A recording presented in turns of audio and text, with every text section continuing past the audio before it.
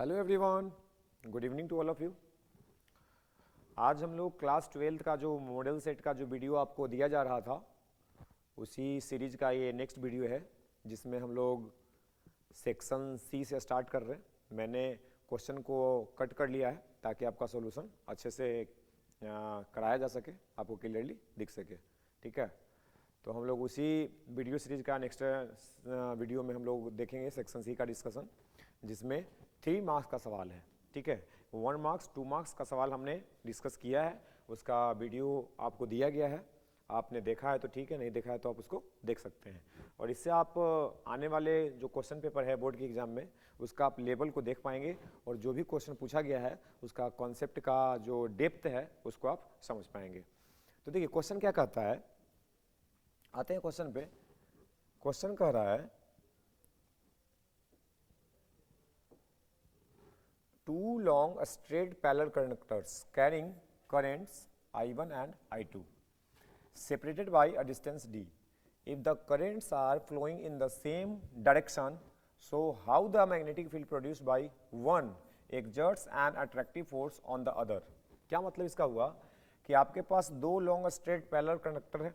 देखिए ये 2 हम पैरेलल कंडक्टर मान लेते हैं, ठीक है, जिसमें करंट का फ्लो कितना दिखाया गया है, I1 और I2। ठीक है, करंट का वैल्यू कितना दिया गया है, I1 और I2 in the same direction. क्या लिखा हुआ है, सेम डायरेक्शन, दोनों का डायरेक्शन सेम है। तो आपको बोला कि so how the magnetic field produced by one, मतलब एक वायर के वजह से जो मैग्नेटिक फील्ड प्रोड्यूस हो रहा है उसके कारण exerts an attractive force on the other, मतलब इसके कारण जो मैग्नेटिक फील्ड प्रोड्यूस हो रहा है उस मैग्नेटिक फील्ड के वजह से जो I2 वाला वायर है उस पर एक अट्रैक्टिव फोर्स लग रहा है, उसको आपको दिखाने के लिए बोल रहा है। सो हाउ, कैसे लग रहा है दिखाना है। Obtain the expression for this force and hence define 1 ampere. आपको जो ये फोर्स लगा रहा है वो फोर्स का एक्सप्रेशन आपको ऑब्टेन करना है और फिर आपको लास्ट में बोला गया है कि 1 एम्पेयर को डिफाइन करना है। तो देखिए क्या करेंगे हम लोग, सिंपल हम लोग सब लोग जितने भी क्लास 12 के विद्यार्थी हैं ये कॉन्सेप्ट आपको पढ़ाया गया होगा, आप जैसे भी पढ़े होंगे रेगुलर में। अगर नहीं पढ़ें तो आप देखिएगा, और पढ़ें तो भी देखिएगा कि अगर करंट ऊपर जा रहा है तो आप ऐसा करो कि ऊपर का कोई डायरेक्शन ले लो। ऊपर हम लोग मान लेते हैं वाई एक्सिस, तो वाई एक्सिस का जो डायरेक्शन होता है वो जे कैप होता है। ठीक है, इस वायर के, सॉरी ये बैक हो गया, देखिए इस वायर के कारण I1 में जो करंट फ्लो हो रहा है इसके वजह से अगर हम चेक करें कि I2 के लोकेशन पे कितना, मतलब मैग्नेटिक फील्ड कितना होगा और किस डायरेक्शन में होगा, तो राइट हैंड थंब रूल आप लगा सकते हैं। ठीक है, तो करंट कहाँ जा रहा है, करंट जा रहा है ऊपर, तो अंगूठा करंट के डायरेक्शन में और जो उंगली होता है वो मैग्नेटिक फील्ड को रिप्रेजेंट करता है। तो I2 के लोकेशन पे हमको क्या दिख रहा है कि मैग्नेटिक फील्ड कहाँ जा रहा है, अंदर जा रहा है। तो हम यहाँ पे दिखा देते हैं क्रॉस, कि मैग्नेटिक फील्ड का डायरेक्शन क्या है, क्रॉस है इसके I2 के लोकेशन पे। दोनों के बीच में सेपरेशन दिया गया है, दोनों के बीच का सेपरेशन है d, यहाँ पे मेंशन है सेपरेटेड बाय डिस्टेंस d। तो दोनों के बीच का डिस्टेंस हम दिखा दिए। I1 के कारण मैग्नेटिक फील्ड आपको दिख गया। अगर I2 के कारण I1 के लोकेशन पे चेक करें तो देखिए राइट हैंड थंब रूल क्या कर रहा है, तो आउटवर्ड आ रहा है, यानी कि यहाँ पे अगर देखा जाए तो यहाँ पे मैग्नेटिक फील्ड का डायरेक्शन डॉट है। क्रॉस का मतलब क्या होता है, इनवर्ड, जो एरो के सिंबल से लिया जाता है। एरो अगर आपके तरफ आ रहा है तो आपको डॉट दिखेगा, एरो आपसे अगर दूर जा रहा है तो क्रॉस दिखेगा। ठीक है, तो यहाँ पे एरो क्या हो रहा है, बाहर निकल रहा है इसलिए डॉट, यहाँ पे एरो क्या जा रहा है, अंदर जा रहा है, तो पीछे वाला पार्ट दिखेगा इसलिए क्रॉस। सही है, आगे देखिए आपसे पूछा था कि इस पे इसके मतलब पहला वायर के कारण यहाँ पे जो मैग्नेटिक फील्ड है इसके वजह से इस वायर पे कितना फोर्स लग रहा है उसका आपको एक्सप्रेशन लाना है और ये दिखाना है कि दोनों वायर एक दूसरे को अट्रैक्ट कर रहे हैं। ठीक है, तो सबसे पहले हम क्या करेंगे, इस वायर के कारण यहाँ पे मैग्नेटिक फील्ड कितना है पहले उसका वैल्यू लिखते हैं। तो यहाँ पे लिखेंगे, आप लिखिएगा magnetic field due to first wire, तो इसको हम ले लेते हैं क्या, B1, फर्स्ट वायर के कारण B1, तो इसका वैल्यू कितना होगा, तो आप करंट कैरिंग वायर के कारण R डिस्टेंस पे मैग्नेटिक फील्ड या D डिस्टेंस पे मैग्नेटिक फील्ड जानते हैं, क्या होता है उसका वैल्यू, μ0I/2πr। ठीक है, μ0I/2πr, R का वैल्यू कितना ले रहे हैं D, तो μ0I/2πd, और ये I कौन सा, तो फर्स्ट करंट के कारण निकाल रहे हैं, तो यहाँ पे लिखना पड़ेगा μI1। ठीक है, मैग्नेटिक फील्ड निकल गया। ये I1 वायर के कारण I2 के लोकेशन पे मैग्नेटिक फील्ड कितना है, तो इसके कारण मैग्नेटिक फील्ड B1 है, उसका वैल्यू μ0I/2πr, फॉर्मूला पे लगा दिए। अगर हम इसके कारण यहाँ पे निकालें तो उसको क्या लिखेंगे B2, तो B2 क्या हो जाएगा, similar formula mu not I, तो आई कौन सा I2 अपॉन डिस्टेंस तो सेम है तो 2 पाई डी। इसका डायरेक्शन B1 का डायरेक्शन क्रॉस है, B2 का डायरेक्शन डॉट है, क्रॉस मतलब इनवर्ट, डॉट मतलब आउटवर्ड, सही है सब कुछ। अब देखिए ये मैग्नेटिक फील्ड में जो पहला मैग्नेटिक फील्ड है उसमें वायर रखा हुआ है सेकंड, तो हम यहाँ पे क्या लिखेंगे, force on wire 2, second wire पे फोर्स लगाएगा फर्स्ट का मैग्नेटिक फील्ड। खुद का फील्ड कभी भी खुद पे फोर्स नहीं लगाता है, तो इस वायर के कारण फोर्स इस पे लगेगा, इस वायर के कारण फोर्स इस पे लगेगा, तो हम यहाँ पे लिखेंगे क्या, force on wire 2 due to 1। और ये फॉर्मूला क्या होता है, मैग्नेटिक फील्ड अगर B है, करंट अगर I है और L लेंथ का वायर है, तो यहाँ पे हम मान लेते हैं कि जो हम फोर्स निकाल रहे हैं वो यूनिट लेंथ पे निकालते हैं, और यूनिट लेंथ मान लेते हैं DL है, कितना है DL है, तो DL लेंथ पे हम कितना फोर्स लगेगा, तो अगर magnetic field B, current I और लेंथ L, तो BIL लगता था फोर्स, मैग्नेटिक फोर्स, तो यहाँ पे क्या लिख देंगे BIL और L के जगह पे कितना DL, ठीक है। अगर यही फोर्स पर यूनिट लेंथ निकाल दें, पर यूनिट लेंथ, तो DL से डिवाइड कर देते हैं, ठीक है, तो DL से डिवाइड कर देंगे तो क्या हो जाएगा BI हो जाएगा। अब यहाँ पे एक बात और है कि I कौन सा लेना है, तो फोर्स आप किस पे लगा रहे हैं, सेकंड वायर पे, तो करंट भी कौन आएगा सेकंड वायर पे, तो यहाँ पे मैग्नेटिक फील्ड फर्स्ट होगा, करंट सेकंड होगा, तो यहाँ पे बताइए B1 I2, DL से DL कैंसिल आउट हो जाएगा, तो यहाँ पे क्या बच रहा है चेक कीजिएगा। यहाँ पे हम बोलेंगे कि पर यूनिट लेंथ जो फोर्स लगा वायर 2 पे ड्यू टू 1 के कारण, इसका जो वैल्यू होगा वो B1 मैग्नेटिक फील्ड कितना था, तो म्यू नॉट I1 और यहाँ पे क्या है I2 divided by 2 pi d, ये फोर्स लगेगा। अगर हम फोर्स सिमिलर हम निकालें कि force on wire 1 due to 2 कितना लगेगा, तो फोर्स देखिए क्या लगेगा, इसमें क्या लिखना पड़ेगा B2 I1, ये आएगा, बाकी पर यूनिट लेंथ में कैंसिल हो जाएगा। अगर B2 का वैल्यू देखा जाए तो लिखना पड़ेगा म्यू नॉट I2 और यहाँ पे I1, तो फिर से I1 I2 और डिवाइडेड बाई 2 पाई डी। तो देखिए मैग्नीट्यूड तो दोनों का सेम है, जितना फोर्स ये वाला करंट वाला वायर इस पे लगाएगा उतना ही फोर्स ये वाला वायर इस पे लगाएगा। डायरेक्शन आपको देखना है कि अट्रैक्टिव है, यही आपको दिखाना है।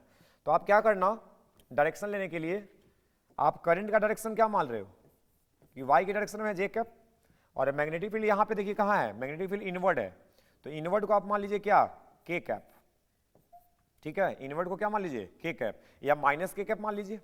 और ये वाला डायरेक्शन जो है ना, ये वाला, इसको हम लोग मानेंगे एक्स एक्सिस, ठीक है, इधर एक्स है, एक्स मान लेंगे, ऊपर वाई, अंदर में जेड, तो जेड में अंदर में माइनस के, बाहर में प्लस के।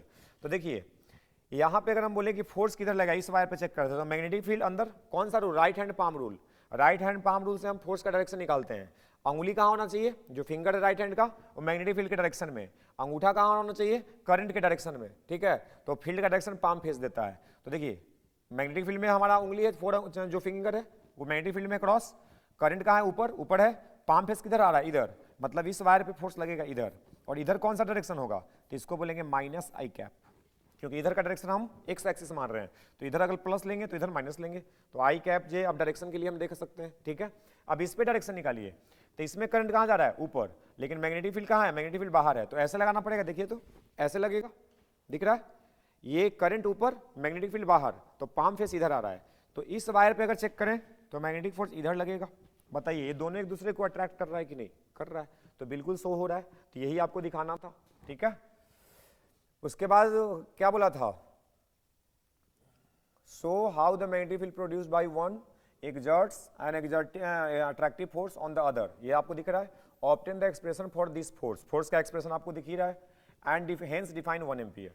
देखो यहाँ पे 1 एम्पियर का डेफिनेशन आपको देना है, तो देखो 1 एम्पियर का डेफिनेशन कैसे दीजिएगा आप, यहाँ पे जो फोर्स का वैल्यू दिख रहा है आपको, अगर 1 एम्पियर का हमको डेफिनेशन देना है तो 1 एम्पियर डेफिनेशन में दोनों करंट को आप 1 एम्पियर मान लो सबसे पहले, ठीक है, 1 एम्पियर को डिफाइन इसी से करना पड़ेगा, तो दोनों करंट आप मान लीजिए 1 एम्पियर का फ्लो हो रहा है, ठीक है, जिसको हम डिफाइन कैसे कर रहे हैं देख समझिएगा, I1 को मान लीजिए 1, I2 को मान लीजिए 1, अब दोनों वायर के बीच का डिस्टेंस भी मान लीजिए 1 मीटर है, ठीक है, तो यहाँ पे अगर हम फोर्स का वैल्यू देखें तो कितना लिखेंगे हम, म्यू नॉट का वैल्यू कितना होता है, म्यू नॉट का वैल्यू होता है 4 pi into 10 to the power -7, ठीक है, और I1 को कितना बोल रहे हैं 1 एम्पियर, I2 को कितना बोल रहे हैं 1 एम्पियर, और डिवाइडेड बाई 2 इंटू 3.14 और डिस्टेंस भी कितना ले लीजिए 1। यहां से आपको एक फोर्स कैलकुलेट हो रहा है। क्या कैलकुलेट हो रहा है? फोर्स। तो यही से आप डिफाइन कर दीजिएगा कि दो वायर के बीच में अगर इतना फोर्स लग रहा है तो हम कह सकते हैं कि वायर में 1 एम्पियर का करंट फ्लो हो रहा है। The force between to parallel wire is this force. अगर जितना इसका वैल्यू कैलकुलेट हम नहीं किए हैं, आप कैलकुलेट करके देख लीजिएगा। उसके बाद क्या लिखिएगा? If the force between two wire is this force then the current flows through this conductor is called as 1 ampere. जो ये कंडक्टर से करंट फ्लो हो रहा है उसको हम कितना बोल सकते हैं 1 एम्पियर, क्योंकि 1 एम्पियर का वैल्यू पुट करने के बाद फोर्स इतना मिल रहा है, तो हम ये कह सकते हैं ना। तो ऐसे करके आप इसको डिफाइन कर सकते हैं। ठीक है, तो ये ठीक ठाक सवाल इसको बोला जाएगा 3 नंबर में। एक्सप्लेनेशन भी है लास्ट में। 1 एम्पियर का डेफिनेशन थोड़ा पूछ दिया है तो उसमें आपको दिमाग काम करना चाहिए कि 1 एम्पियर का डेफिनेशन हम कैसे लेंगे। ठीक है, चलिए नेक्स्ट क्वेश्चन पे आते हैं। देखिए नेक्स्ट क्वेश्चन क्या कह रहा है, ये क्वेश्चन नंबर 27 है। The magnetic field through a circular loop of wire 12 centimetre in radius and 8.5 ohm resistance changes with time as shown in the figure. देखिए magnetic field through a circular loop, किसी circular loop से magnetic field pass कर रहा है। ठीक है, जो circular loop का रेडियस दे दिया गया है और सर्कुलर लूप का रेजिस्टेंस दे दिया गया है। अब बोला कि जो मैग्नेटिक फील्ड जो पास हो रहा है, चेंज हो रहा है, विथ टाइम के फंक्शन में ग्राफ दिया गया है in the figure. The magnetic field is perpendicular to the plane of the loop. जो आप सर्कुलर लूप लीजिएगा उसका मैग्नेटिक फील्ड परपेंडिकुलर है। Calculate the current induced in the loop and plot the graph showing induced current as a function of time. आपको क्या दिखाना है कि जो मैग्नेटिक फ्लक्स कॉइल से पास हो रहा है उसके वजह से उसमें करंट का इंडक्शन कितना हुआ है और करंट का जो वैल्यू है वो टाइम के साथ कैसे बदल रहा है उसको आप ग्राफ से रिप्रेजेंट कीजिए। तो ये भी ठीक ठाक सवाल बोला जाएगा, कॉन्सेप्ट के ऊपर है। अगर आपका कॉन्सेप्ट क्लियर है तो ये भी सवाल मुश्किल नहीं है, कॉन्सेप्ट अगर क्लियर है तो चलिए इसको देखते हैं कैसे समझना है। सबसे पहले आपको एक लूप के बारे में बोला, तो आप एक सर्कुलर लूप दिखाइए। ठीक है, इसका प्लेन ये ऐसा है, जो हथेली का हमारा प्लेन है ना, उसमें आप मान लीजिए कि लूप रखा हुआ है और जो मैग्नेटिक फील्ड है वो इस तरह से मान लीजिए कि इससे पास हो रहा होगा। ठीक है, मैग्नेटिक फील्ड बी है जो कि चेंज कर रहा है। अब मैग्नेटिक फील्ड जो चेंज हो रहा है वो आपको सामने दिख रहा है। इसका रेडियस आपको बोला गया कि इस लूप का जो रेडियस है, ये रेडियस है 12 सेंटीमीटर। ठीक है, और इसका जो रेजिस्टेंस है वो 8.5 ओम है। तो आपको बताना है कि इस लूप में कितना करंट का इंडक्शन होगा और समय के साथ उसका वेरिएशन आपको दिखाना है, यही सवाल है। तो बताइए करंट का जो इंडक्शन होगा ईएमएफ के कारण होगा। किसी भी कॉइल से या किसी भी एरिया से अगर फ्लक्स का वैल्यू चेंज होगा या किसी भी कंडक्टर और मैग्नेटिक फील्ड में रिलेटिव मोशन होगा तो फ्लक्स का वैल्यू चेंज होगा। अब फ्लक्स का वैल्यू चेंज होगा तो फैराडे हमको क्या बताया कि इसमें ईएमएफ का इंडक्शन होगा। ईएमएफ का इंडक्शन कैसे होता है? जो हमेशा फ्लक्स के चेंज को अपोज करता है। तो हम यहां से इंड्यूस्ड ईएमएफ निकालते हैं पहले। तो इंड्यूस्ड ईएमएफ का वैल्यू हम क्या लिखेंगे? Minus d phi upon d t. ठीक है, अपोज करता है इसलिए माइनस लगा रहे। और फाई का वैल्यू क्या लिखेंगे? फ्लक्स क्या होगा? तो फ्लक्स होता है बी डॉट एस। देखिए बी मैग्नेटिक फील्ड इसके परपेंडिकुलर है, एरिया भी इसके परपेंडिकुलर ही है, तो दोनों के बीच में एंगल 0 हो गया। तो यहां पे बी डॉट एस लिखें या बी एस लिख दें, कोई दिक्कत है नहीं। तो B S upon d t minus के साथ। अब मैग्नेटिक फील्ड का यहां पे वेरिएशन दिया गया है। ठीक है, तो यहां से क्या बोलेंगे कि मैग्नेटिक फील्ड चेंज कर रहा है। तो मैग्नेटिक फील्ड अगर चेंज कर रहा है तो यहां पे मैग्नेटिक फील्ड को हम बी नहीं लिख सकते, यहां पे क्या लिखना पड़ेगा हमको? डीबी, क्योंकि मैग्नेटिक फील्ड क्या हो रहा है? टाइम के रिस्पेक्ट में चेंज हो रहा है। तो क्या हम यहां से ऐसे लिख सकते हैं? Induced EMF equal to minus dB upon dt, dB upon dt into area. तो इस सर्कुलर जो कॉइल है इसका एरिया कितना होगा? रेडियस आपको दे दिया है, तो pi r square, pi r, r कितना? 12 सेंटीमीटर। इसको आप मीटर में बदल लो तो 12 इंटू 10 टू द पावर -2 का whole square, pi r square. अब जो rate of change of flux है इसको आप चेक कीजिए। तो देखिए यहां से एक इंटरवल दिया गया है 0 से 2 सेकंड का, 2 से 4 सेकंड का, 4 से 6 सेकंड का, 3 इंटरवल में चेंज हुआ है। तो आप यहां पे पहले क्या कर लीजिएगा कि यहां पे आप टाइम ले लीजिए कि आप कहां से कहां तक का बात करते हैं। तो हम यहां पे बात कर लेते हैं कहां से? हम लोग बात कर लेते हैं for t equal to 0 to t equal to 2 second. 2 second में वेरिएशन चेक करते हैं। तो जो इंड्यूस्ड ईएमएफ है वो कितना होगा? तो माइनस डीबी का वैल्यू बताइए, डीबी अपॉन डीटी अगर dB अपॉन dt देखा जाए तो इस ग्राफ का ही स्लोप है, तो dB अपॉन dt 0 से 2 सेकंड में क्या है, यूनिफॉर्म है। इसका वैल्यू कितना होगा, इस स्लोप का वैल्यू कितना है, तो 1/2 है।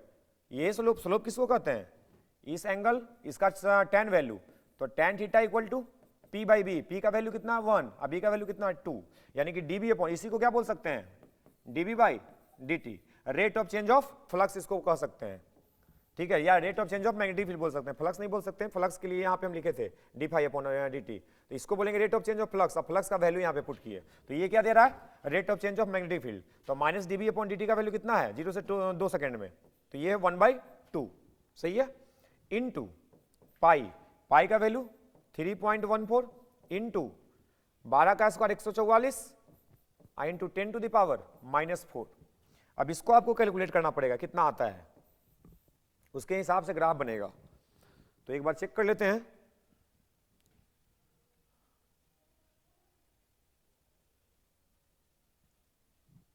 वन 144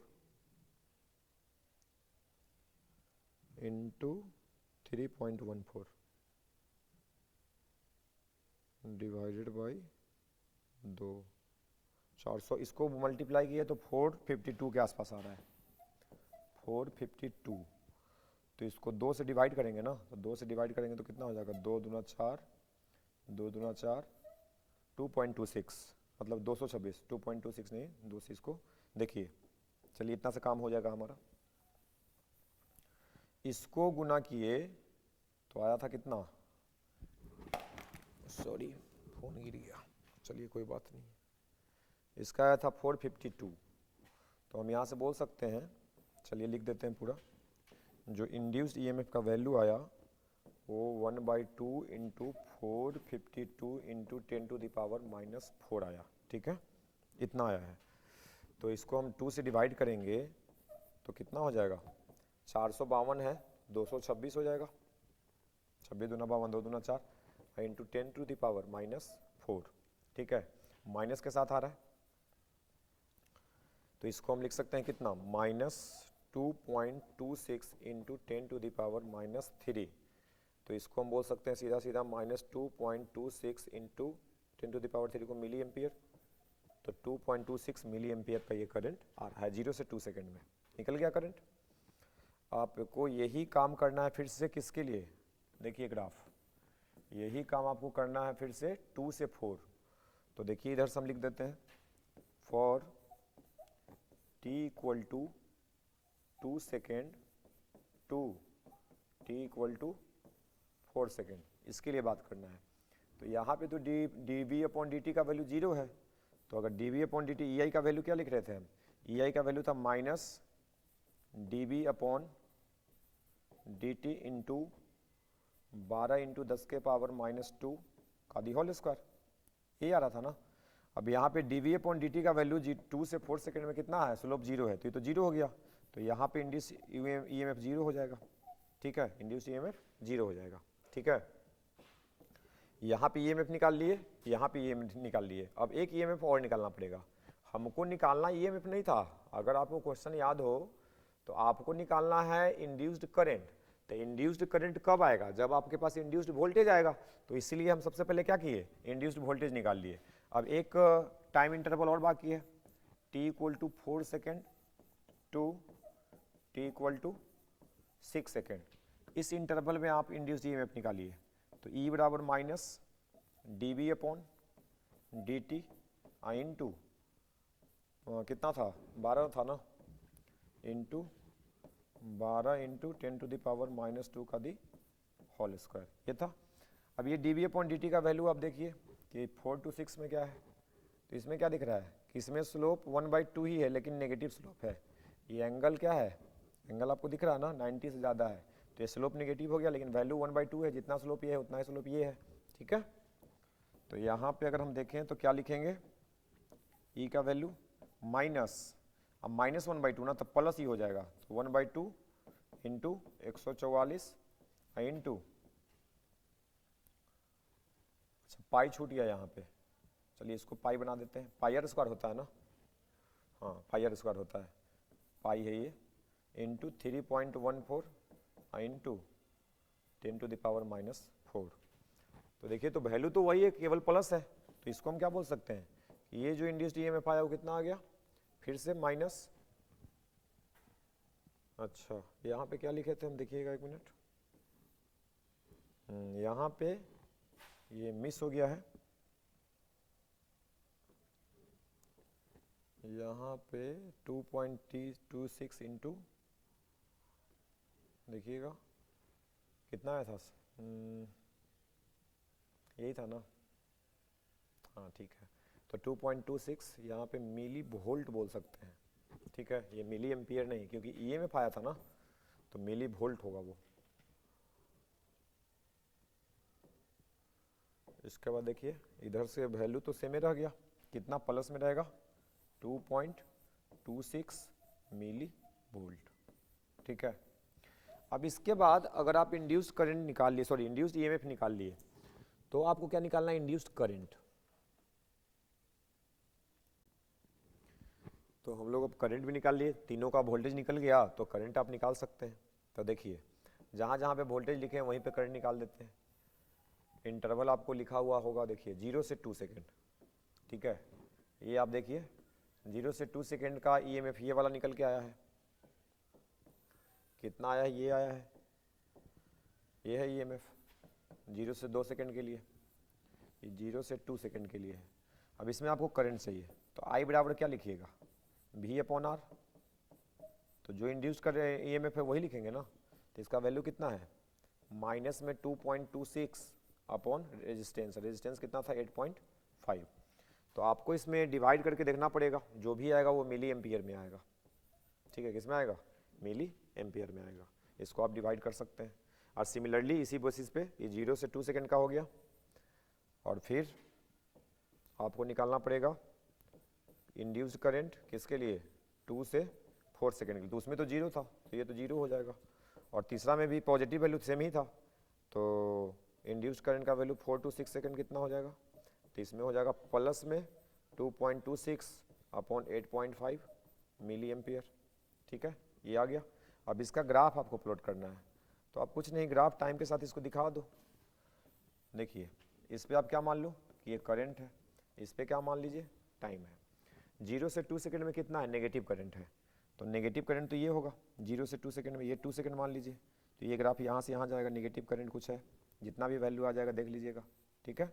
उसके बाद 2 से 4 में 0 है, तो ये 2 से 4 ये है, तो 2 से 4 में ये ग्राफ जाएगा, 2 से 4 में 0 हो गया, और उसके बाद 4 से 6 में प्लस में वैल्यू आएगा, तो प्लस में वैल्यू ऊपर चला जाएगा, ये वाला चला जाएगा, जितना वैल्यू ये है उतना ही वैल्यू ये भी आएगा, एक माइनस एक प्लस है, तो ग्राफ यहाँ यहाँ और यहाँ जाने वाला है, तो आप बस उसका वैल्यू चेक कर लेना, ठीक है। नेक्स्ट क्वेश्चन पे आते हैं। देखिए नेक्स्ट क्वेश्चन क्या कह रहा है, ये कह रहा है N AC source generating a voltage E equal to E naught sin omega t is connected to a capacitor of capacitance C. Find the expression for the current I flowing through it. ठीक है, आगे बाद में बात करेंगे, पहले तो यही बात कर लेते हैं। आपको बोला गया कि एक कैपेसिटर है आपके पास, पैरेलल प्लेट कैपेसिटर, ठीक है, इसका कैपेसिटेंस C है, और इसको एक वोल्टेज सप्लाई किया गया है जो कि AC फॉर्म में है, ये AC फॉर्म में इसको वोल्टेज दिया गया है, और इसका वैल्यू बोला कि E इक्वल टू, यहाँ पे ये थोड़ा बड़ा हम ऐसे लिख देते हैं, या जैसे आप लिख लीजिए जो भी है, E बराबर E not sign omega T, ठीक है, इतना सप्लाई किया गया। तो बोला कि इससे जो करंट का फ्लो होगा ना वो कितना होगा ये आपको बताना है। तो आप ये पता कर पाएंगे कि इस पर चार्ज कितना होगा, ये ओसिलेट करता है, जब प्लस यहाँ से सप्लाई होता है तो इलेक्ट्रॉन इधर आता है, जब माइनस सप्लाई होता है तो इलेक्ट्रॉन इधर जाता है, तो यहाँ पे करंट रुकता नहीं है, ये मतलब रिवर्स डायरेक्शन में फ्लो हमेशा होते रहेगा। वही बोला कि कितना करंट फ्लो हो रहा है वो आप हमको बताइए। तो करंट निकालने, करंट कहते किसको हैं, देखो जो आपको निकालना करंट किसको कहते हैं, करंट कहते हैं rate of flow of charge. तो rate of flow of charge को क्या लिखते हैं, dq अपॉन dt, क्या लिखते हैं, dq अपॉन dt। तो यहाँ पे हमको क्या दिख रहा है कि dq अपॉन dt, मतलब हमको चार्ज कितना है इस पर हमको पता करना पड़ेगा।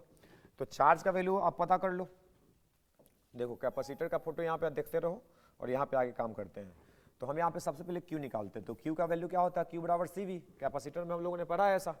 तो Q equal to C capacitance C दिया है, अब V का वैल्यू कितना दिया है, E, I का value E not sine omega t, तो हम यहाँ पे क्या लिख सकते हैं, C E not sign omega T.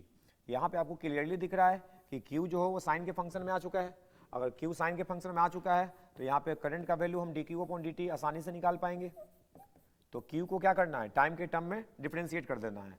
तो साइन का हो जाएगा कॉस, ओमेगा टी का हो जाएगा ओमेगा। तो यहाँ पे कितना आ जाएगा CE0 ओमेगा, और साइन का क्या हो जाएगा कॉस, तो कॉस ओमेगा टी। अब यहाँ पे देखो CE0 और ओमेगा ये तीनों भी कांस्टेंट है, तो यहाँ पे हम इसको रिप्लेस कर सकते हैं I = I0 cos omega T. आपको ये एक्सप्रेशन लाना था जहाँ पे I0 क्या है, तो I0 को हम रिप्लेस किए हैं CE0 ओमेगा से। ठीक है, ये आपका क्वेश्चन बोला गया था कि एक्सप्रेशन लाने के लिए। तो देखिए 2 लाइन का काम था और बेहद ही आसान था, इसमें कुछ है नहीं। क्या बोला था, find the expression for the current I flowing through it. जो करंट फ्लो हो रहा है उसका वैल्यू आ चुका है। आगे क्या लिखता है कि plot a graph of E and I।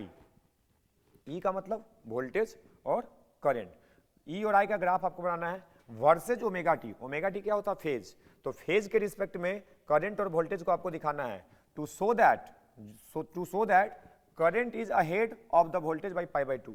इसको देखिए, इसका वीडियो अगर आपने देखा है तो ठीक है, नहीं तो एसी का एक वीडियो बनाया गया है, आप उसको जाकर देख सकते हैं। ये सब कुछ अच्छे से समझाया गया था। अगर आपने ऑफलाइन पढ़ा है तो आप क्लास में ऐसा पढ़े होंगे। तो यहाँ पे बोला कि करंट और वोल्टेज का ग्राफ बनाना है किसके रिस्पेक्ट में, ओमेगा टी के सापेक्ष में, उसके रिस्पेक्ट में, और दिखाना है कि करंट का जो वैल्यू है वो वोल्टेज से आगे है, कितना π/2 से। तो यहाँ पे देखिए, यहाँ पे हम करंट ला चुके हैं और जो वोल्टेज गिवन है वो आपके सामने है। देखिए वोल्टेज गिवन है क्या, ये वाला वोल्टेज ये है, और करंट आपको दिख रहा है ये वाला। एक में आपको क्या दिख रहा है, साइन, और एक में आपको क्या दिख रहा है, कॉस। तो यहाँ पे हम कॉस को हम साइन में बदल सकते हैं। कैसे, आई को हम क्या लिख सकते हैं, I0 साइन ओमेगा टी अब plus π/2। Sine 90 plus theta cos theta होता है। ठीक है, तो यहाँ पे साइन 90 प्लस थीटा को हम कॉस थीटा से रिप्लेस कर दें, मैंने कॉस थीटा को साइन के टर्म में लिख दिया। अब ये दोनों एक्सप्रेशन को आप कंपेयर कर लो, तो देखो इसमें साइन ओमेगा टी है, इसमें साइन ओमेगा टी प्लस π/2 है। तो करंट π/2 एंगल से आगे चल रहा है कि नहीं, चल रहा है ना। ये होता है कैपेसिटर में, और इंडक्टर में आपको बताया गया था कि π/2 से पीछे रहता है। ठीक है, रेजिस्टेंस में इक्वल चलता है, करंट और वोल्टेज सेम चलता है, और कैपेसिटर में करंट π/2 से आगे चलता है, और इंडक्टर में देखेंगे तो π/2 से पीछे चलता है। तो यहाँ पे आपको बोला कि ग्राफ से इसको दिखाइए, तो आप कुछ नहीं, ग्राफ बना दीजिए। ग्राफ किसका बोला है, E और I का, मतलब E और I को सेम ग्राफ पे लीजिए, और यहाँ पे आप क्या ले लीजिए, टाइम ले लीजिए। टाइम के साथ इसका ग्राफ आपको प्लॉट करना है। ठीक है, तो देखिए ग्राफ कैसे निकालेंगे, पहले हम E का देखते हैं। आपको E क्या गिवन था, E बराबर E0 साइन ओमेगा टी, तो साइन का फंक्शन बनाइए। तो यहाँ पे ये ग्राफ कुछ ऐसा जाएगा। ये किसका ग्राफ बन गया, E बराबर E0 sign omega T, E बराबर E0 साइन ओमेगा टी। देखिए ओमेगा टी फेज है, अगर फेज का वैल्यू 0 तो साइन 0 0 खत्म। देखिए 0 पे 0 है ना। अगर ओमेगा टी का वैल्यू π/2 तो 90, साइन 90 कितना होता है 1, तो कितना आ जाएगा E0। तो ये मैक्सिमम वैल्यू के अप्रोच कर रहा है E0, यानी कि प्लस E0, इसका मैक्सिमम ऊपर जाएगा, और माइनस E0 इधर जाएगा। सही है, ये हो गया वोल्टेज। करंट देख लीजिए, करंट क्या है, I बराबर I0 sine omega T plus π/2, मतलब ओमेगा टी से कितना आगे π/2। तो इसका अगर आप कुछ यहां से बनेगा ऐसे, कैसे, देखिए ओमेगा टी का वैल्यू 0, तो क्या बन रहा है I0 साइन π/2, और साइन π/2 90, मतलब साइन 91 होता है, तो कितना वैल्यू बचेगा I0, मतलब ओमेगा टी का वैल्यू 0 तो I का वैल्यू I0, तो ओमेगा टी का वैल्यू 0 तो ये ओरिजिन पे होगा, और यहाँ पे I का वैल्यू मैक्सिमम आ रहा है I0, तो I0 यहाँ पे जाएगा, ये I0 का पॉइंट है। 90 पे चेक कीजिए, तो ओमेगा टी 90, तो 90 90 180, साइन 180 0, तो करंट का वैल्यू 0 हो गया। देखिए तो करंट का वैल्यू 0 हो गया 90 पे। अब ये ग्राफ आगे जाएगा कुछ इस तरह से, समझ रहे हैं। तो देखिए इसमें क्या दिख रहा है कि जो करंट का वैल्यू है, करंट वो वोल्टेज से π/2 एंगल से ऊपर है, इसका फेज का डिफरेंस आपको दिख रहा है। यही आपको ग्राफ से दिखाना था, तो ग्राफ ऐसे बना दीजिएगा, काम हो जाएगा। ठीक है, चलिए आगे बात करते हैं।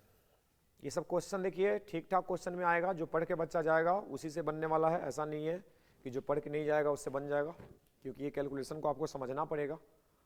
चलिए अगला क्वेश्चन, इसके और में देखिए एक सवाल है, ये इंडक्टर का सवाल है।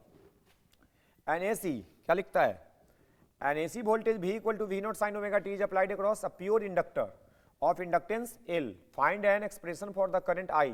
सेम सवाल इंडक्टर के लिए बन रहा है, इंडक्टर के लिए करंट का वैल्यू पूछ रहा है। Following the circuit in the circuit, and so mathematically that the current flowing through it lags behind the applied voltage. Same चीज आ गया ना, इसमें बोल रहा है कि करंट जो होता है वो वोल्टेज से लैग करता है, मतलब पीछे रहता है, कितना से π/2 से, and also draw graph of V and I versus omega T, मतलब सेम क्वेश्चन इंडक्टर के लिए है।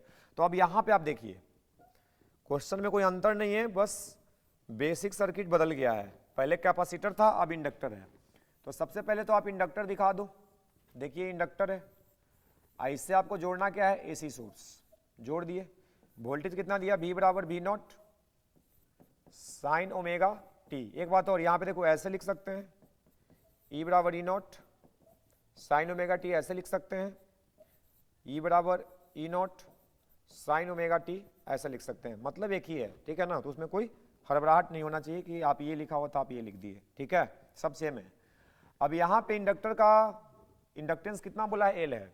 अब बोला कि बताइए सर्किट से कितना करंट फ्लो हो रहा है, उसका हमको वैल्यू निकाल के दीजिए, ठीक है, ये निकालना है। तो देखिए ये सर्किट है क्लोज, कैसा सर्किट है, क्लोज, और जैसे इसमें करंट का हम फ्लो करवाएंगे, एसी सर्किट से स्विच को ऑन करेंगे, तो ये है क्वाइल, क्वाइल से होगा क्या, क्वाइल से होगा फ्लक्स चेंज। अब फ्लक्स अगर चेंज होगा तो ईएमएफ जनरेट करेगा। तो क्लोज सर्किट में कितना करंट फ्लो हो रहा है, इसको बनाने का सबसे आसान तरीका है कि क्लोज सर्किट में करंट निकालने के लिए हम लोग क्या यूज करते थे, तो आपने ऐसा पढ़ा है किरचॉफ्स का वोल्टेज लो, ठीक है, क्लोज लूप जिसको बोलते हैं, लूप रूल बोला जाता है। तो यहाँ पे आप लगा दीजिए क्या, केवीएल, किरचॉफ्स वोल्टेज रूल, क्या लगा दीजिए, किरचॉफ्स का वोल्टेज का जो रूल है, लॉ है, उसको अप्लाई कीजिए क्लोज सर्किट में। तो यहाँ पे क्लोज सर्किट में उसका स्टेटमेंट क्या कहता है कि the summation of all EMFs and all potential drops is equal to 0। तो इसमें जो ईएमएफ है और जो ईएमएफ का ड्रॉप है उसका वैल्यू जोड़ के 0 के बराबर कर दीजिए। तो ईएमएफ तो ये दे रहा है, तो V0 साइन ओमेगा टी, ये तो सप्लाई कर रहा है, ये क्या करेगा, अपोजिट डायरेक्शन में ईएमएफ को इंड्यूस करेगा।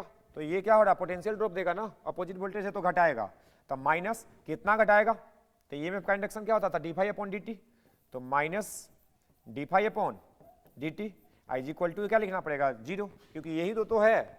तो हम सिंपल केवीएल लगा के इसको सोल्व कर देते हैं, देखिए क्या आता है। यहां पे क्या आया, V0 sine omega t minus, flux को क्या लिख सकते हैं, फ्लक्स को लिख सकते हैं L di/dt। फाई बराबर क्या होता है, फाई इक्वल टू होता है Li, हमको चाहिए d∅/dt। तो एसी सोर्स है ना, तो करंट का वैल्यू चेंज हो रहा है, तो यहाँ पे क्या लिख सकते हैं, L di/dt, ये सब आपने पढ़ा है। तो हम इसको क्या लिख सकते हैं, minus L di/dt is equal to 0, ठीक है। यहां से थोड़ा सा इस एक्सप्रेशन को आगे ले जाया जाए तो हम लिख सकते हैं L di/dt, इसको इस तरफ लेके चल गए तो इधर क्या बचा, V0 साइन ओमेगा टी। तो यहां से di/dt को हम क्या लिख सकते हैं, तो di/dt बन जाएगा V0 sine omega T upon L, सही है। आपको क्या निकालना है, करंट, आपको क्या निकालना है, करंट। तो करंट का अगर वैल्यू आपको चाहिए तो आप क्या करो, दोनों साइड इसका इंटीग्रेशन कर लो विद रिस्पेक्ट टू dt, तो dt कैंसिल होकर di का बच जाएगा, di का इंटीग्रेशन i हो जाएगा। तो हम क्या करते हैं, दोनों साइड इसको इंटीग्रेट कर लेते हैं विद रिस्पेक्ट टू dt। तो इंटीग्रेशन ऑफ di/dt इनटू में dt is equal to integration of V0 sine omega t divided by L into में dt। दोनों साइड इंटीग्रेट कर रहे हैं, क्यों कर रहे हैं, क्योंकि हमको करंट चाहिए, ठीक है। ये कैंसिल हो गया, di का इंटीग्रेशन i हो गया। यहां से देखें V0 अपॉन L कांस्टेंट है, यहां पे साइन का इंटीग्रेशन क्या होगा, साइन का हो जाएगा माइनस कॉस ओमेगा टी और डिवाइडेड बाई ओमेगा, ये आ जाएगा, ठीक है। तो यहां से इसको हम अगर सोल्व करके लिखें तो क्या हम ऐसा लिख सकते हैं, V0 अपॉन L ओमेगा और माइनस कॉस ओमेगा टी यहां पे आ रहा है, तो माइनस कॉस ओमेगा टी को हम क्या लिख सकते हैं, साइन ओमेगा टी माइनस π/2। देखिए तो देखिए यहां पे फॉर्मूला आप समझिएगा, sine π/2 minus theta, sine π/2 minus theta. तो साइन π/2 माइनस थीटा अगर हम लिखें, सॉरी यहां पे क्या था, साइन, सॉरी उल्टा लिख दिए। यहां पे आपको समझना है sine theta minus pi by to, क्या समझना, sine theta minus pi by to. तो इसको हम चाहें तो लिख सकते हैं minus sine pi by to minus theta, ऐसा लिख सकते हैं। और साइन 90 माइनस थीटा क्या होता है, कॉस थीटा, तो ये क्या आ जाएगा माइनस कॉस थीटा। देखिए यहाँ पे क्या था हमारा कॉस ओमेगा टी, तो कॉस ओमेगा टी को हम क्या लिख सकते हैं माइनस कॉस ओमेगा टी को, तो minus cos omega t minus cos theta को हम क्या लिख सकते हैं minus sine pi by to minus theta, इसको क्या लिख सकते हैं sine theta minus pi by to. तो यहाँ पे माइनस कॉस ओमेगा टी को क्या लिखा जाएगा sign omega t minus pi by to, ये सिंपल फॉर्मूला से ट्रिगोनोमेट्री के। अब यहाँ से ये फाइनल एक्सप्रेशन को आप देखिए, और जो आपको वोल्टेज दिया गया था उसको देखिए, वोल्टेज दिया था V बराबर V not sign omega T, current आपके सामने है, वोल्टेज आपके सामने है। देखिए करंट का जो वैल्यू है वो पाई बाई टू से पीछे है, और जो वोल्टेज है वो आगे है। ये माइनस लगा हुआ ना, तो मतलब लैग कर रहा है, लैग बिहाइंड है, अगर प्लस होता तो अहेड होता, ठीक है। तो ये आपको दिख गया, इसको आप क्या मान सकते हो आई नोट मान सकते हो, आई बराबर I naught sine omega t minus pi by two, ऐसा दिखा सकते हो। आगे देखिए क्वेश्चन में क्या था, एक करंट का एक्सप्रेशन था, ये तो आ चुका, करंट का वैल्यू निकालना था, ये आ गया। इसके बाद भी वही क्वेश्चन था ना, सेम ना था, ग्राफ निकाल बनाना था और दिखाना था वेरिएशन, तो आप देख लीजिए। आप इस पे फिर से मान लीजिए किसको, वोल्टेज और करंट को, और इस पे ले लीजिए टाइम को। तो वोल्टेज क्या है V बराबर V not sign omega T, तो इसका ग्राफ कुछ ऐसा होगा, ठीक है। और करंट पाई बाई टू से पीछे है, तो इसका ग्राफ यहां से शुरू होगा इस बार, ठीक है, इस तरह से शुरू होगा और इस तरह से आगे बढ़ेगा, क्योंकि ये पीछे है। ये किसका ग्राफ है करंट का, और ये किसका ग्राफ है वोल्टेज का। इसमें आपको करंट दिख रहा है पाई बाई टू से पीछे है, ठीक है। तो ये क्वेश्चन था। चलिए नेक्स्ट क्वेश्चन पे आते हैं। देखिए क्या कर रहा है, radiation of frequency 10 to the power 15 hertz is incident on 3 photo sensitive surfaces A B and C, following observations are recorded. देखो 3 गो सरफेस का नाम लिया गया है, बोला गया कि ए बी और सी, ये तीनों पे लाइट इंसिडेंट हुआ है। अब फ्रीक्वेंसी कितना है 10 टू द पावर 15 हर्ट्ज, ठीक है, तीनों पे। पहला कि surface A no photo electrons occurs, B photo electrons occurs but the photo electrons have zero kinetic energy, photo emission occurs and photo electrons have some kinetic energy, using Einstein photo electric equation explain 3 observation. देखिए ये photo electric effect का सवाल है, इसमें क्या बोला है कि 3 गो फोटो सेंसिटिव मटेरियल है, और तीनों पे 10 to the power 15 hertz 10 to the power 15 hertz frequency का लाइट को इंसिडेंट कराया गया है। पहला सरफेस से ऑब्जर्वेशन ये हुआ कि नो फोटो इलेक्ट्रिक इमिशन हुआ, फोटो इलेक्ट्रिक इमिशन नहीं हुआ। इसका मतलब क्या है, आप आइंस्टीन की इक्वेशन समझाइए। तो आइंस्टीन का इक्वेशन कहां से आता था कि जो फोटोन का एनर्जी है, जो फोटोन का एनर्जी है वो 2 भाग में डिस्ट्रीब्यूट होता है, एक भाग जो होता है वर्क फंक्शन ले जाता है, और जो बचता है वो काइनेटिक एनर्जी में जाता है, ठीक है। अगर बिना कोलिजन के निकला है तो काइनेटिक एनर्जी मैक्सिमम होगा, अगर कोलिजन करके आएगा तो काइनेटिक एनर्जी का वैल्यू कम होगा थोड़ा मैक्सिमम वैल्यू से। अब यहाँ पे फोटो इलेक्ट्रिक इमिशन नहीं हो रहा है, इसका मतलब क्या है, तो फोटोन का एनर्जी होता है एच न्यू, अब फाई इक्वल टू होता है H new T H threshold frequency, अब प्लस में होता है काइनेटिक एनर्जी। तो अगर फोटो इलेक्ट्रिक इमिशन नहीं हुआ है, इसका मतलब जो लाइट का जो फ्रीक्वेंसी आपको गिवन है न्यू, उसका जो वैल्यू है इसके थ्रेशोल्ड वैल्यू से कम होगा। फोटोन का एनर्जी फाई के कम से कम बराबर होगा, तभी तो वो इलेक्ट्रॉन को निकाल पाएगा। तो यहाँ पे जो लाइट एनर्जी आ रहा है वो फ्रीक्वेंसी पे डिफाइंड है कि 10 टू द पावर 15 हर्ट्ज का आया है। तो अगर हम बोल सकते हैं यहाँ पे कि न्यू का जो वैल्यू है वो 10 टू द पावर 15 हर्ट्ज है, और इसका जो वैल्यू है वो लेस देन थ्रेशोल्ड फ्रीक्वेंसी से है। अगर ऐसा सिचुएशन है तो फोटो इलेक्ट्रिक इमिशन नहीं होगा, क्योंकि थ्रेशोल्ड फ्रीक्वेंसी का वैल्यू क्या होना चाहिए, ये फोटोन की फ्रीक्वेंसी से कम होना चाहिए, तभी तो फोटो इलेक्ट्रिक इमिशन को परमिशन देगा, निकलने देगा। तो ये पहला ऑब्जर्वेशन था जो कि आपको ये फॉर्मूला से सेटिस्फाइड करवाना था। सेकंड में आपको देखिए क्या लिखता है कि photo emission occurs but the photo electrons have zero kinetic energy. देखिए इसमें बोला गया कि फोटो इलेक्ट्रो इमिशन जो हो रहा है मतलब इलेक्ट्रॉन निकल रहा है, लेकिन इस इलेक्ट्रॉन के पास काइनेटिक एनर्जी का वैल्यू 0 है, ठीक है। अगर काइनेटिक एनर्जी का वैल्यू 0 है, इसका मतलब क्या है कि जो फोटोन का एनर्जी था, समझिएगा, जो फोटोन का एनर्जी था कितना था एच न्यू, और निकलने में कितना चाहिए, एच न्यू टी एच। तो अगर ये फ्रीक्वेंसी इसके ठीक बराबर हो गया तो कोई एनर्जी बचेगा ही नहीं, इसलिए एनर्जी कितना हो जाएगा, जीरो। तो सेकंड के लिए कि हम क्या बोल सकते हैं कि जो थ्रेशोल्ड फ्रीक्वेंसी का वैल्यू है वो फ्रीक्वेंसी ऑफ फोटोन के बराबर है, इसलिए इसका काइनेटिक एनर्जी नहीं आ रहा है, ठीक है, इक्वल है, ठीक ठीक। इक्वल से थोड़ा ज्यादा रहता तो एनर्जी बचता, वो कहां जाता, काइनेटिक एनर्जी में। अब यहां पे देखिए क्या बोल रहा है, यूजिंग आइंस्टीन फोटो इलेक्ट्रिक, नहीं सॉरी सी में, photo emission occurs and photo electrons have some kinetic energy. C में क्या बोला कि फोटो इलेक्ट्रिक इमिशन तो हो ही रहा है, साथ में एनर्जी भी है, जो इलेक्ट्रॉन यहां से निकलेगा इसके साथ काइनेटिक एनर्जी भी कुछ है। इसका मतलब क्या हुआ, तो इसका मतलब हुआ कि फोटोन का एनर्जी में फाई भी शामिल है और काइनेटिक एनर्जी भी शामिल है। अब फाई क्या, ये फोटोन का एनर्जी एच न्यू, फाई का value H new T H, और साथ में काइनेटिक एनर्जी है। ये मैक्सिमम नहीं बोला, मतलब कुछ है। इसका मतलब है कि जो इंसिडेंट फोटोन का जो फ्रीक्वेंसी है वो थ्रेशोल्ड से ज्यादा है, अगर इससे ज्यादा रहेगा तभी तो एनर्जी काइनेटिक में जाएगा।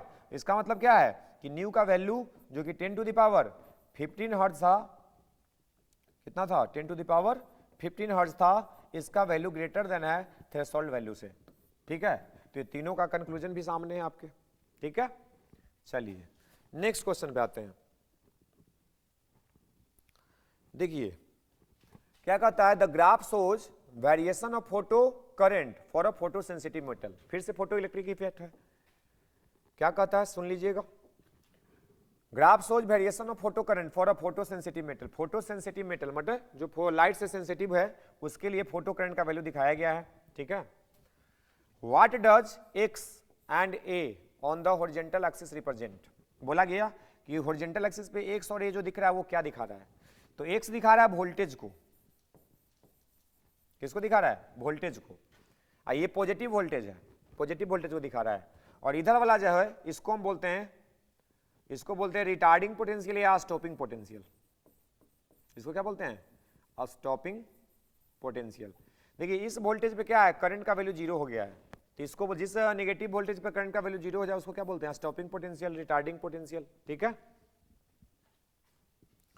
इसके बाद क्या कहता है, draw this graph for 3 different values of frequencies of incident radiation nu, nu and nu, जहां पे न्यू3 सबसे ज्यादा, न्यू2 उसके बाद nu for the same intensity. क्या हमको बोला, ये जो ग्राफ आपका दिख रहा है स्क्रीन पे, यही ग्राफ को आप फिर से ड्रॉ कीजिए, किसके लिए, 3 फ्रीक्वेंसी के लिए जो यहाँ पे गिवन है, इंटेंसिटी कांस्टेंट है। तो आपको ये फोटो इलेक्ट्रिक इमिशन का वीडियो पढ़ा हुआ है, देख सकते हैं, फोटो इलेक्ट्रिक इमिशन का डिटेल उसमें पढ़ाया गया आपको कि कब क्या वेरिएशन होता है। बताइए इंटेंसिटी कांस्टेंट है, इसका मतलब नंबर ऑफ फोटोन तो नहीं बढ़ रहा है, जितना फोटोन पहले आ रहा है अब भी उतना ही आ रहा है, तीनों केस में फोटोन का संख्या बराबर है, लेकिन तीनों केस में फ्रीक्वेंसी चेंज है। तो जब ज्यादा फ्रीक्वेंसी रहेगा तो थोड़ा करंट बढ़ता था, लेकिन फाइनली वो उसी ग्राफ को टच करेगा। तो यहाँ पे हम ऐसे दिखाएंगे, देखिए ये जो सैचुरेशन करंट है ना, इसको सैचुरेशन करंट बोलते थे, तो ये ग्राफ यही रहेगा। फ्रीक्वेंसी बढ़ने से क्या होगा कि थोड़ा सा ये ग्राफ ऊपर जाएगा, ये वाला, अगर थोड़ा और बढ़ाएंगे तो थोड़ा और ऊपर जाएगा, ऐसे नहीं, थोड़ा सा वैसे, ऐसे। देखिए ये जो नीचे वाला ग्राफ है इसको हम सबसे नीचे वाला को बोल लेते हैं न्यू1 है, बीच वाला को न्यू2 है और सबसे ऊपर को न्यू3 बोलेंगे, ठीक है। यहाँ पे जो रिटार्डिंग पोटेंशियल हो गया या जो स्टॉपिंग पोटेंशियल है, तो अगर हम पोटेंशियल फ्रीक्वेंसी चेंज किए हैं तो स्टॉपिंग पोटेंशियल का भी वैल्यू बढ़ेगा। तो ये जो ग्राफ है कुछ ऐसे आएगा, ये जो ग्राफ है कुछ ऐसे आएगा, ठीक है। ये 3 फ्रीक्वेंसी के लिए ग्राफ है, न्यू1, न्यू2 और न्यू3, सबसे ज्यादा न्यू3, उसके बाद न्यू2 और इसके बाद न्यू1, ठीक है। अगर ये आपको नहीं पता है, वीडियो आप देख सकते हैं, फोटो इलेक्ट्रिक इफेक्ट का डाला हुआ है, उसमें सब ये क्लियरली समझाया हुआ है, तो डायरेक्टली आप समझ पाए होंगे कि क्या चल रहा है। इसके बाद draw this graph for 3 different values of intensities of incident radiation I1, I2 and I3, जहां पे I3 ज्यादा है, I2 कम है। अब ये इंटेंसिटी के लिए बात कर रहा है, 2 ही ग्राफ बनता है इंटेंसिटी और फ्रीक्वेंसी पे, having the same frequency. Frequency अब देखो अब क्या बोलता है, अब उल्टा करके पूछ दिया, अब बोला कि सेम ग्राफ को बनाइए लेकिन अब इंटेंसिटी के लिए बनाइए और फ्रीक्वेंसी को कांस्टेंट रखिए। तो यहाँ पे इंटेंसिटी बढ़ेगा तो नंबर ऑफ फोटोन बढ़ेगा, नंबर ऑफ फोटोन बढ़ेगा तो नंबर ऑफ निकलने वाला इलेक्ट्रॉन बढ़ेगा, इलेक्ट्रॉन बढ़ेगा तो उसमें मैक्सिमम काइनेटिक एनर्जी वाला का भी संख्या बढ़ेगा। तो इसमें क्या होगा कि करंट थोड़ा थोड़ा बढ़ते जाएगा। यहाँ पे अगर मान लीजिए कि I1 इंटेंसिटी का है तो I2 इंटेंसिटी का ये जाएगा और I3 इंटेंसिटी का ये जाएगा, ठीक है। लेकिन इन तीनों का जो रिटार्डिंग पोटेंशियल होगा वो सेम होगा, क्योंकि स्टॉपिंग पोटेंशियल इंटेंसिटी से नहीं बदलता है, वो फ्रीक्वेंसी से चेंज होता है, ठीक है। तो ये बेसिक कॉन्सेप्ट पे बिल्कुल सवाल था। चलिए नेक्स्ट क्वेश्चन पे आते हैं। ये सेक्शन सी का ये लास्ट सवाल है। इसके बाद अगला वीडियो में आपको सेक्शन डी और ई का भी कराया जाएगा और बिल्कुल आराम से आपको समझाया जा रहा है। आप चीज़ों को अच्छे से देखिए और कंपेयर कीजिए या देखिए कि हम जो पीछे पढ़े हैं वो हमारा काम आ रहा है या नहीं आ रहा है, ठीक है। और उसके अकॉर्डिंग आप अपने प्रिपरेशन को बूस्टअप करते रहिए। आपके लिए हम वीडियो लगातार प्रोवाइड कर रहे हैं और आपके एग्जाम से पहले तक उतना मटेरियल आपको दे दिया जाएगा कि आप उसको बस देख के चल जाइए, काम हो जाएगा, ठीक है। वीडियो सब डाला हुआ है, बस उसको अरेंज करके हम आपको प्रोवाइड करने वाले हैं कि कौन सा वीडियो आप कौन सा टॉपिक आपको इंपॉर्टेंट है। चलिए देखिए तो क्या लिखता है इस सवाल में, the ground state energy of hydrogen atom is -13.6 electron volt. ये आप सबको पता है, एटॉमिक का स्ट्रक्चर पढ़े हैं। हाइड्रोजन के लिए n बराबर 1, n बराबर 2, n बराबर 3, n बराबर 4, इसका होता -13.6 इलेक्ट्रॉन वोल्ट, यहाँ पे होता -3.4 इलेक्ट्रॉन वोल्ट, यहाँ पे होता -5.51 इलेक्ट्रॉन वोल्ट और यहाँ पे होता -0.85 इलेक्ट्रॉन वोल्ट। सब इलेक्ट्रॉन वोल्ट में है, ठीक है। ये हाइड्रोजन एटम के लिए होता है। बोला the photon emitted during transition of electron from n बराबर 3 टू n बराबर 1। जब इलेक्ट्रॉन 3 से 1 में आता है तो आप सब जानते हैं कि ये डी एक्साइटेशन है और डी एक्साइटेशन जब भी होता है जब यहां से फोटोन रिलीज होता है, ठीक है। जब भी डी एक्साइटेशन होगा तो वहां से फोटोन रिलीज होगा। तो यहां से अगर फोटोन रिलीज हो रहा है तो फोटोन का एनर्जी कितना होगा, तो फोटोन का एनर्जी होगा E3 माइनस E1, क्योंकि 3 से फर्स्ट में आया है। तो फोटोन का एनर्जी हम कितना बोलेंगे, 3 का एनर्जी कितना -1.51, माइनस माइनस कितना हो जाएगा +13.6। तो इसको आप फोटोन का एनर्जी यहां से निकालिएगा तो कितना आ जाएगा 12.09 इलेक्ट्रॉन वोल्ट, ठीक है। ये इतना फोटोन एनर्जी का आ रहा है। आगे देखिए, state is incident on a photosensitive metal of unknown work function.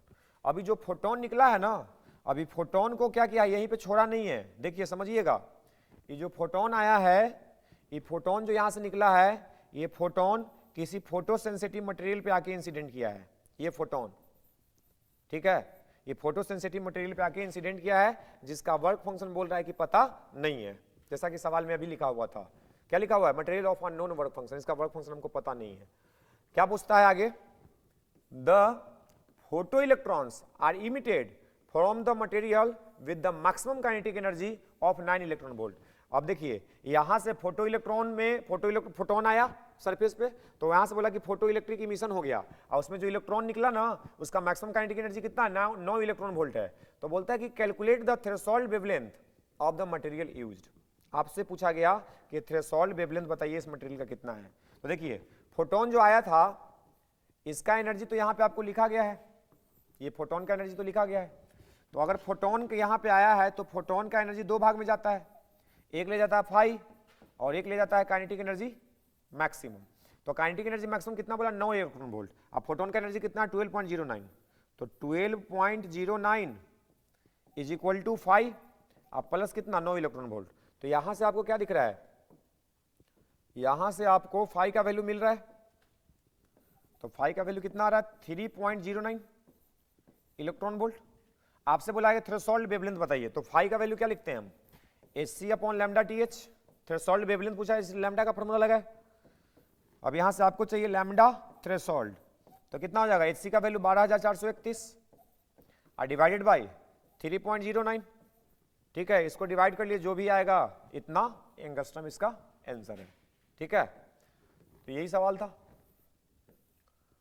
तो आप वीडियो अगर आप तक पहुंचता है और लगता है कि हाँ ये वीडियो का एक्सप्लेनेशन से हमारा बूस्टअप हो रहा है, कॉन्फिडेंस बढ़ रहा है या चीज़ का समझ हो रहा है कि क्या हो रहा है, किस लेवल का सवाल है, तो आप कमेंट करके जरूर बताइएगा कि कैसा लगा ये वीडियो, ठीक है। Thank you.